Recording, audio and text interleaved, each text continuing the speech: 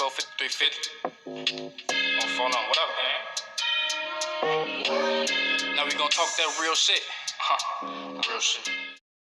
What is going on, people, and welcome back to another podcast. I am your host, JONETH PIPTNE. And before the start of the official video, just make sure that you continue to hit that like and subscribe button. I really appreciate it. I'm just about halfway there to reaching my goal of 500 subscribers. If I am to surpass that before the end of the season, I will be really appreciated from all you Bear fans. But I'm also doing a promotional video today, and it's also with a young new artist, GLOOGLOCK, Jackboy, and also Real J Dot. They got a song called Triple Threat that just got released. I will be leaving a link down in the description down below.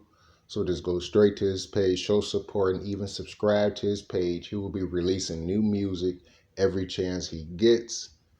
And just stay tuned, people. I'm going to play a quick snippet of his video, and then right after that, we're going to start the official podcast.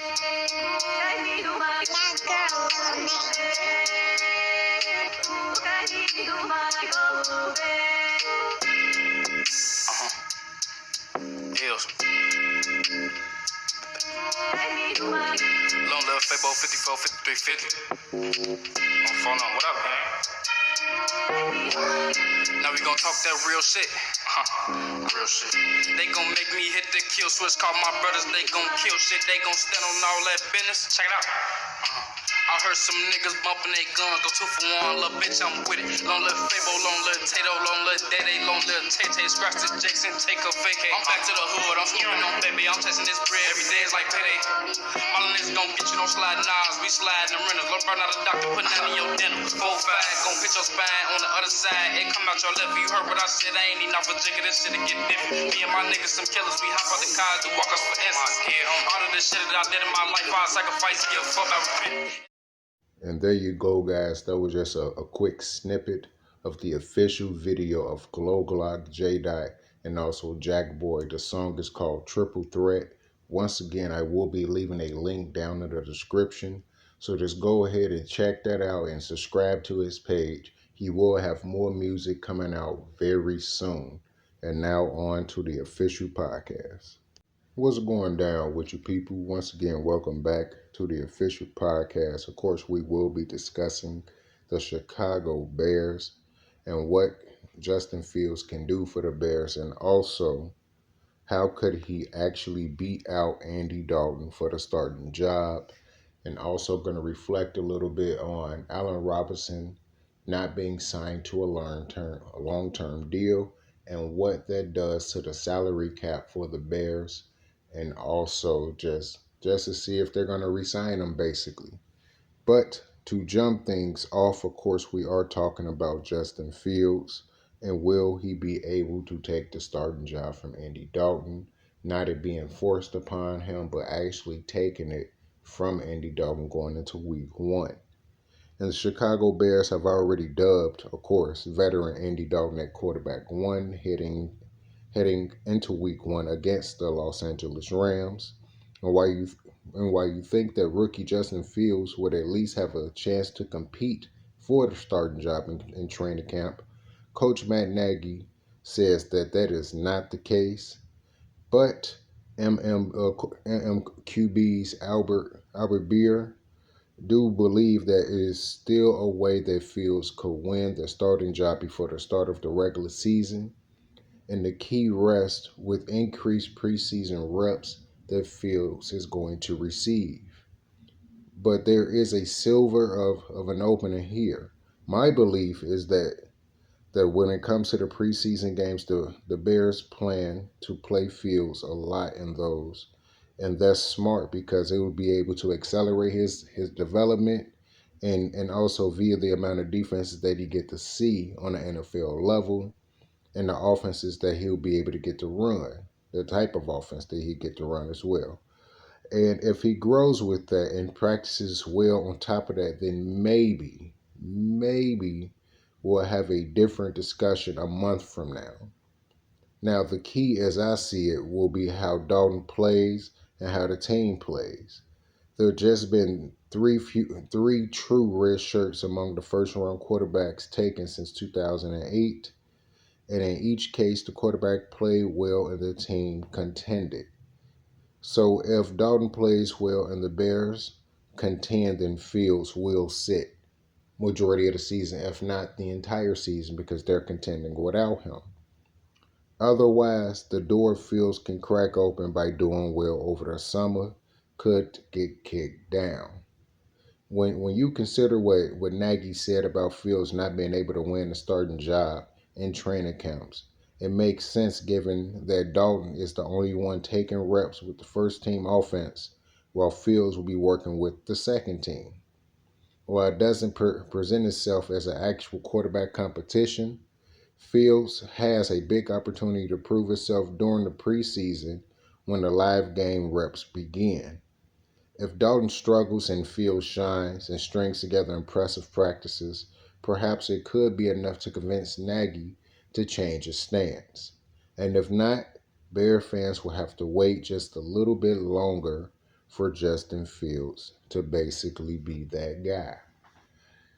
And just thinking about it, man, Matt Nagy, he got a habit of trying to be you, that be you mentality, which is pros and cons to it.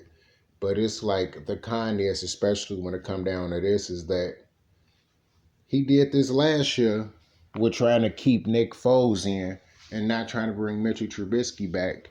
And we seen what happened. The Bears finished 8-8 instead of possibly finishing 10-6, 9-7, or whatever the above. But well, I'm hoping that he did indeed improve his mindset and thinking on this, because if not, all he's going to be doing is putting this team in jeopardy. The future, of course, is not in jeopardy. The future seems bright, but he will put this season in jeopardy, waste another year of a good defense with these guys constantly getting older. Guys' contracts is coming up and all of the above, and we don't have the money to pay them, and the window to succeed in Chicago is closing fast.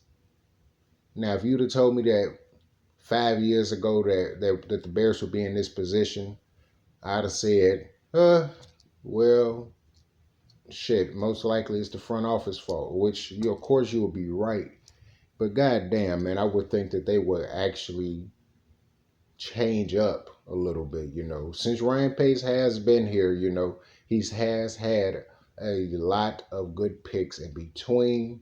Me personally, I say Mitchell Trubisky was a decent pick because it translated to wins. It might not always have the best stats, but win is a win. Tariq Cohen, of course, Eddie Jackson, Adrian Amos when he was with the Bears. Bringing in free agents like Khalil Mack, Allen Robinson, drafting Darnell Mooney, Anthony Miller, even though he hasn't panned out since his rookie year. But we're just going to continue to throw Anthony Miller in there until, he gets worse, which hopefully that does not happen. But basically he's been bringing in a lot of key free agents, drafted a lot of good guys, but it's like, it's the more important decisions that of course Adam Gase can't control, that Matt Nagy control on the other end of football, that they just have all of us pondering exactly what the hell is going to happen. So hopefully that if Justin Fields does improve and he shows what he's capable of doing, that he will be starting. But if not, and if Andy Dalton is officially starting, then hopefully he plays exceptionally well. When I say exceptionally, I say at least a B plus. Now, I'm not going to set the bar too high for him, but if he can at least give us B level play at the quarterback position with this defense, even though we did lose Kyle Fuller, but we do have a lot more of the guys back from last year. Of course, I believe we just lost Fuller. I believe Roy Robertson Harris is not here, and a few other guys, but they were replaced with the guys that is at a similar level of them, except, of course, Cal Fuller being replaced by Desmond Trufant. But hopefully, like I said before, if the offense can be competent enough with this defense, especially that Bears front seven, that will take a lot of pressure off the cornerbacks and safeties and make their lives a lot easier if they're able to get constant pressure on the quarterback and stop the run. That can make things a lot easier for the cornerbacks and safeties to get turnovers, and also that leads to the offense being on the field a little bit more. That also leads to points. So hopefully all of those things can translate into play, because if not, we're looking at the Bears starting off the season possibly 2-3, 1-4 possibly. And that's if the Bears just continuously fall apart. And I'm pretty sure that will be because the offenses fall. Now, what will suck if just losing Kyle Fuller just like that make the defense that much worse and the offense actually comes to play, then we're looking at a real big dilemma here. But us as Bears fans, we know that the defense should come to play and also build off of what they did last year before everything fell apart, with the offense not staying on the field and the defense being out there usually 45, 50 minutes of the game because the offense was able to move the ball whatsoever. So let's just hope that those things do indeed pan out and Justin Fields can be something that we think that he is fully capable of being. And now officially moving on to the second story of this video, and that is Allen Robinson not being re-signed to a multiple year deal. Now that right there, I really just don't understand how the Bears still have not been able to make that deal. Now, if Allen Robinson was running back, even though I'd still be a little upset because I'm still even upset about Jordan Howard still not being on the team, despite the fact that we do have a very good running back that can be possibly better than him than David Montgomery. But we just that, of course, he worked well with Tariq Cohen, Thunder and Lightning, yada yada. We know the story already. But like I said before, if Allen Robinson was a running back and he was being replaced, I'd be like, okay, I'd be mad. But, running backs is a dime a dozen these days. But wide receivers are a lot harder to come by.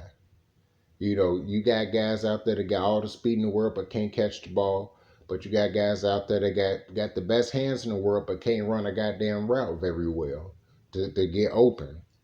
Allen Robinson might not be the fastest guy, may not be the strongest guy, but he is one of the most consistent wide receivers in the NFL.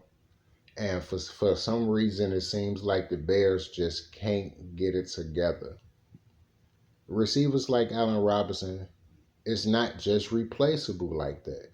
Because if that was the case before before Brandon Marshall before him and Alshon Jeffrey and Brandon Meredith and all of the above that came before him that had decent years with the Bears will constantly have 1,000-yard receivers, which means guess what?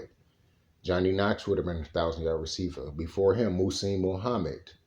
Marty Booker would have had more than 2 years of 1,000 yards receiving. Marcus Robinson would have had multiple years of 1,000 yards receiving. We would have got way more production out of plenty of guys that's played for the Bears. I can name off the whole list from David Terrell, Dez White, and all of the above. I can just keep going and going and going. The Bears would have had multiple 1,000-yard receivers, and the Bears would have been known for that, not the running game and defense. And that's how the Bears always won historically. So it's like when you have multiple receivers over the course of time, over the course of the past decade, be this good and you constantly keep passing up on them, the Bears' luck is going to run out and they're going to end up not being able to sign a top-tier receiver, a top 10, top 15 receiver, because they're all going to look at the Chicago Bears and realize that the Bears do not like paying receivers money once they start getting good. They pay Allen Robinson his first deal because he just came off an ACL injury. So he wasn't going to cost too damn much. But now the fact that he's producing, which is kind of backwards to me, the fact that he's producing and now the Bears don't want to re-sign him, but they signed him and took a huge risk on him with him coming off an ACL injury. Like, do y'all really like? It's like when you think about it, Bear fans, it's kind of fucking confusing that when you get production out of the risky pickup that you did with signing him to a 4-year deal, $54 million deal or something like that so many years ago, and then not trying to re-sign him after his production has gone up every year. If it's not his yards, it's his receptions that's constantly going up. His touchdowns is still within that 5 to 7 range. What I believe that really happened because of the inconsistent quarterback plays. The reason why he don't have over 10 receiving touchdowns.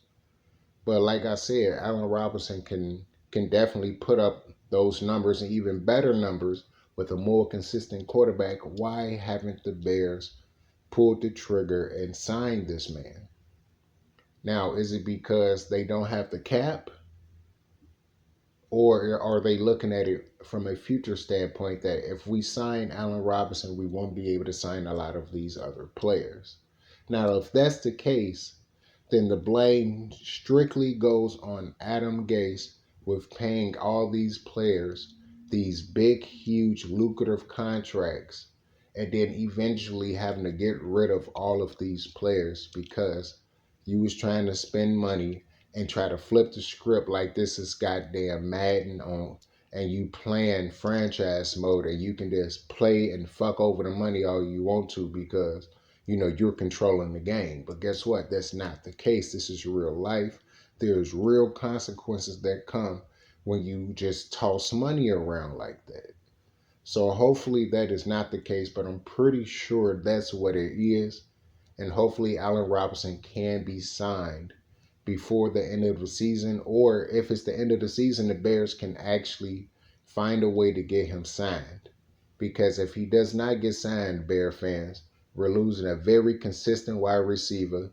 I remember like 6 months ago was a guy that was saying Allen Robinson is mediocre. He's a dime a dozen. He's not. Receivers like Allen Robinson, Alshon Jeffrey, Brandon Marshall, guys like that don't come to be a dime a dozen. Because if it was, then the Bears would have had a 1,000-yard receiver. So just keep that in mind, Bears fans, and just know that if the Bears don't sign him, it's going to be a little rough of a ride. Yeah, we do have other receivers that can replace him that the Bears did either draft or pick up in free agency. But the quality that he brings to the table and always being there, been basically healthy his whole Bears career. I think only missed maybe 2 games his first year with the Bears. Other than that, he's been in he played basically every game. So it's hard to find a guy that can be consistent, doesn't argue. He wants to play for this team. He wants to be re-signed by this team. And he wants to finish his career with this team. So just think about that, Bear fans. And then when he doesn't get re-signed, look at the front office. Look at the decisions that was made over the years. And then just look at the chart of how the salary cap dwindled down to nothing. And that 4-year span, the Bears weren't able to re-sign key players and keep the team in full contention for years to come. But that's going to be enough for me, guys. This is JONETH PIPTNE once again bringing it back to you with another podcast. All right, people. Peace out and go Chicago Bears. Gonna hit your spine on the other side. It come out your lip. You heard what I said. I ain't even off a jigger. This shit get different.